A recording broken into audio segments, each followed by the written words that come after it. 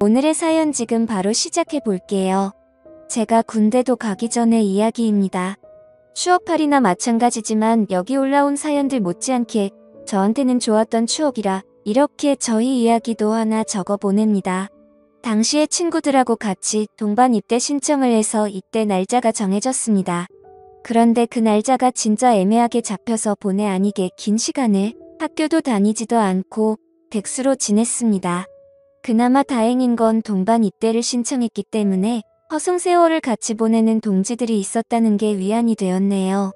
같이 놀고 있는 친구들하고 어디 싸돌아다니는 거 말고는 할 일이 아무것도 없었습니다. 그 시절을 보내본 분들은 다 아시겠지만 혈기는 왕성하고 에너지는 넘쳐나는데 그걸 다 뿜어내기에는 총알이 부족하잖아요. 저 또한 그랬습니다. 그나마 학교 다닐 때는 용돈하라고 집에서 돈도 받고 했는데 휴학까지 해버리니 돈 나올 구석이 하나도 없었지요.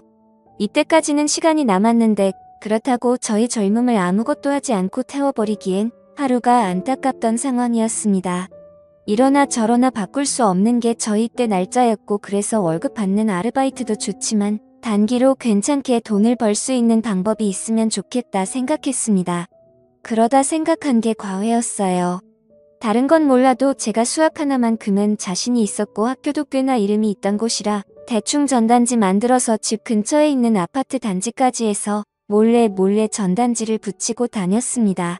너무 멀리까지는 가기 싫어서 걸어서 10분 내에 있는 곳까지만 하고 말았는데 과외를 시키기엔 또 애매하게 짧은 기간이라 그랬나 연락이 잘 안 왔습니다.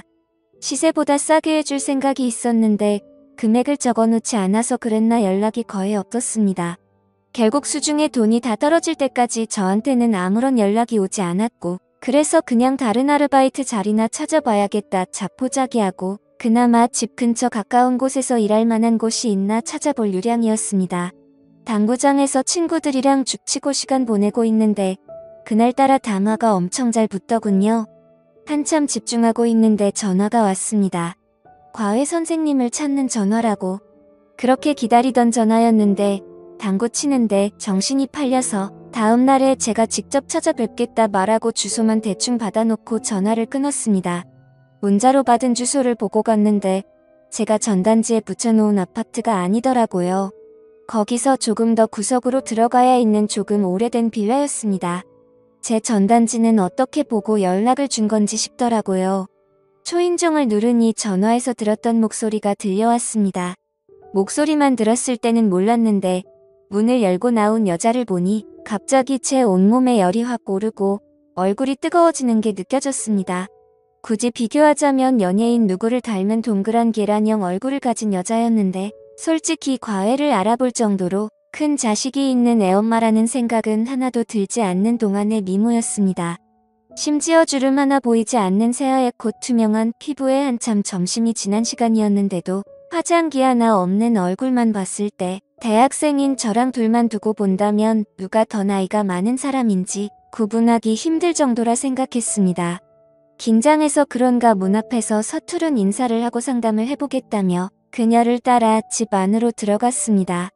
집에서 있는다고 너무 편하게 입고 있었는데 내 눈치를 안 보는 건지 아니면 조금 보여줘도 상관없는 건지 그런 부분에서는 그녀가 분명 내 또래의 여자는 당연히 아니고 아줌마라는 사실을 깨닫게 해줬습니다. 집이 좁아서 저는 소파에 앉았는데 그녀는 저를 마주보고 앉아야 하니 소파 앞 테이블을 두고 바닥에 앉으라고요. 무릎으로 앉아서 허리를 꼿꼿하게 세우고 있는데 그래도 제 시야가 위에서 아래를 내려다볼 정도로 높이 차이가 있는 자세였으니 이거 상담을 하면서도 눈을 어디다 둬야 할지 정말 고역이었습니다. 그녀한테는 아들이 한 명 있었는데 예체능 게 지망이라 공부를 더럽게 안 한다. 뭐 이런 이야기를 했던 것만 기억이 나네요. 아직도 그녀가 위아래가 붙어있는 원피스를 입고 내 앞에 무릎 꿇고 앉아서 살짝 상기된 얼굴로 저를 쳐다보던 그 장면은 생생한데 그때 나눈 이야기가 무슨 정신에 나눈 이야기였는지 자세히 기억은 나지 않습니다. 아무튼 그렇게 저는 단기로 과외를 하게 되었습니다. 어쩌다 동네 아는 아줌마에 놀러 갔다가 제가 전단지 돌려놓은 걸 봤던 것 같더라고요.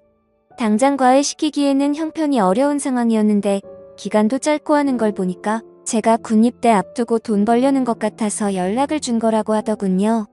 제가 원한 것보다 거리가 조금 멀어지긴 했는데 여전히 걸어 다닐 만한 거리에 매일 같이 그녀를 만날 생각을 하니 오히려 좋았습니다. 예체능계 지망에 공부를 더럽게 안 한다 그래서 걱정했는데 몇 번 가르쳐보니 애가 생각보다 똑똑하더라고요. 알려주는 대로 족족 그대로 흡수를 하고 질문도 많고 말이죠. 그런데 제가 설명도 잘 못하고 버벅이는 걸 보니 이 친구가 제가 과외하기에는 조금 많이 모자라다는 걸 눈치를 챈 모양이었습니다. 그래서 조만간 잘리겠거니 싶어서 저도 에라 모르겠다 싶어서 가르쳐주는 건 대충 하고 그냥 수다나 떨고 하면서 놀기 시작했죠. 그러다 보니 조금 친해지게 되었습니다. 한 달 조금 넘게 지났는데 아줌마가 잠깐 저 좀 보자고 하길래 이제 드디어 과외 자리 잘리겠거니 싶었습니다. 한 달 조금 넘게 한 거 돈만 받아내면 되겠다 이 생각을 하고 있었는데 아줌마가 저한테는 안대 없이 고맙다고 하더라고요. 예상치도 못한 말에 무슨 말을 하는 건가 싶었는데 애가 남편이 세상을 떠나고 난 뒤로 많이 우울해 있었는데 요즘 제가 과외를 시작하고 나서 제 이야기도 많이 하고 잘 웃고 많이 밝아졌다고 하는 겁니다. 저는 당연히 남편분은 출근해서 집에 없는 거라고 생각했는데 사별했을 거라고는 생각도 못했어요. 아줌마는 아들이 저한테 말해줘서 그 사실을 이미 알고 있었을 거라 생각했던 것 같습니다. 좋은 게 좋은 거라고 저도 그냥 이미 알고 있던 척 연기를 시작했지요. 아마 아줌마도 제가 실력이 모자란 건 알고 있는데 애가 마음을 열고 밝아지기 시작하니 그 부분을 높게 샀던 것 같습니다. 그 뒤로도 저는 너무 돈만 꿀고 할 생각하지 말고 좋은 과외 선생은 못 돼도 좋은 멘토는 되어야겠다. 뭐 이런 생각이었는데 수업만 한 게 아니고 같이 밖에 나가서 볼도 차고 PC방 가서 머리도 씻기고 하면서 공부하는 시간 외에도 같이 시간을 보내기 시작했습니다. 그런데 아줌마가 하루는 저녁 식사 좀 하고 가라며 저를 붙잡더라고요. 남의 집에서 식사를 대접받았는데 설거지까지는 아니더라도 뒷정리는 좀 도와줬습니다. 아줌마가 키가 작은 편이었는데 높은 데 있는 그릇 같은 거 꺼내주기도 하고 뒤로 넘어간 거 정리해주기도 했지요. 그 빌라가 평소도 엄청 작은 빌라였어서 부엌 키가 많이 좁은 편이라서 본의 아니게 아줌마와 몸이 닿는 일이 빈번했어요. 처음에는 살짝 닿기만 해도 깜짝깜짝 놀랐는데 언젠가부터는 서로 즐기기 시작한 건지 일부러 대놓고 스치기 시작했습니다. 가령 예를 들자면 싱크대 앞에 식탁이 있고 그래서 싱크대 앞쪽에는 한 사람이 겨우 서 있을 틈 정도밖에 없거든요. 그런데 제가 일부러 물 가지러 간다고 냉장고에 가는 척 싱크대 앞에 서 있는 그녀의 뒤에 바싹 달라붙어서 지나가곤 했어요. 몇 번을 계속 그렇게 하니 조금씩 행동이 대담해지기 시작했습니다. 하루는 그녀가 찬장 맨 위에 있는 뭘 꺼내달라고 하더라고요.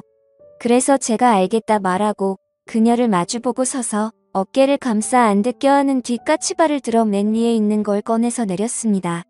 중심 잡기 위해 지탱하는 것처럼 꾸미긴 했지만 누가 봐도 제가 그녀를 껴안으려고 수작을 부린 것과 마찬가지였지요. 그런데 언젠가부터 아줌마도 제가 일부러 저런다는 걸 알고는 그런 저를 받아주기 시작하더군요. 동안이라 화장이 따로 필요 없을 정도로 아름다운 그녀였지만 언젠가부터 제가 수업 때문에 방문을 하면 머리도 정돈되어 있고 입술도 빨갛게 칠해놓고는 화장을 하고 저를 맞이하기 시작했습니다. 그리고 매번 수업이 끝나면 저녁까지 먹고 가는 게 저의 일상이 되었지요. 그녀가 저한테 잘 보이기 위해 화장을 하고 있는 건가 궁금해져서 과외 끝나고 빌라 골목에서 기다렸던 적도 있는데 그녀가 딱히 밖에 나오거나 하지는 않더라고요. 순전히 저 때문에 그러는 거라는 걸 딱 눈치채게 되었습니다. 그러던 어느 날이었는데 수련회 일정 때문에 수업이 따로 없던 상황이었습니다. 일부러 그런 건 아니고 그때 저도 입대 날짜가 하루하루 가까워지면서 정신이 없어서 까먹었던 거예요. 그날따라 집을 나섰는데 나온 지 5분도 안 돼서 비가 주룩주룩 내리더군요. 집에서 가까운 거리였던지라 돌아가나 아줌마 집으로 가나 시간 걸리는 건 거의 비슷해서 그냥 후딱딱 뛰어갔습니다. 그런데 빗줄기가 상상 이상으로 거세지기 시작했고 쫄딱 젖어버리게 되었습니다. 그 집에 도착해서 초인종을 눌렀는데 아줌마가 저를 깜짝 놀라면서 맞이하더라고요. 수업이 없었으니 그녀도 제가 올 거라 생각을 안 하고 있었고 오랜만에 화장도 안 하고 있었습니다. 화장한 모습도 예쁘지만 저에게 익숙한 건 자연스러운 그 모습이었기에 오히려 오랜만에 그런 그녀를 마주하니 더 설레기 시작했습니다. 수업이 없어서 그냥 돌아가도 되었지만 그녀는 비에 잔뜩 젖어버린 저를 보더니 들어오라고 하더라고요. 비라도 말리라고. 안 그러면 감기 걸린다고요. 급하게 갈아입을 옷이라고 꺼내줬는데 제가 입기에도 사이즈가 넉넉한 게 아마 죽었다는 남편이 입던 옷인 것 같았습니다.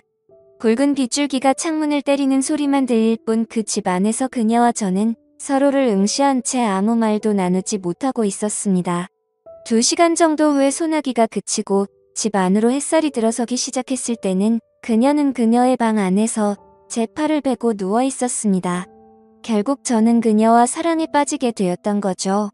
그렇게 군대 입대 직전까지 함께 붙어 있었고 군대 다녀와서 꼭 다시 돌아오겠다. 아빠가 되지는 못해도 최선을 다하겠다 작별 인사를 했는데 그녀의 표정이 감동을 한 건지 엄청 의외라는 표정이었습니다.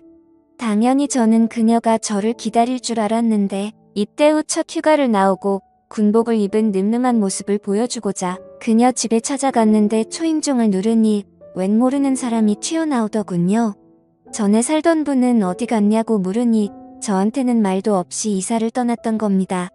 마지막 날 보여줬던 당황스러운 표정은 저를 기다리겠다는 뜻이 아니고 부담스럽다는 표정이었나 봅니다. 이렇게 저의 첫사랑의 추억은 끝이 납니다. 아직도 소나기가 오면 축축한 빗소리에 가장 먼저 떠오르는 게 그녀입니다. 아마 저도 오래된 기억이기에 그녀가 더 아름답게 제 머릿속에 자리 잡았을 수도 있다고 생각합니다만 아직도 그때의 향기 그때의 분위기를 생각하면 제 인생에 2번은 없을 좋은 추억이라는 생각이 드네요. 오늘의 사연은 여기까지네요. 긴 사연 끝까지 들어주셔서 감사합니다. 구독과 좋아요 잊지 말아주세요.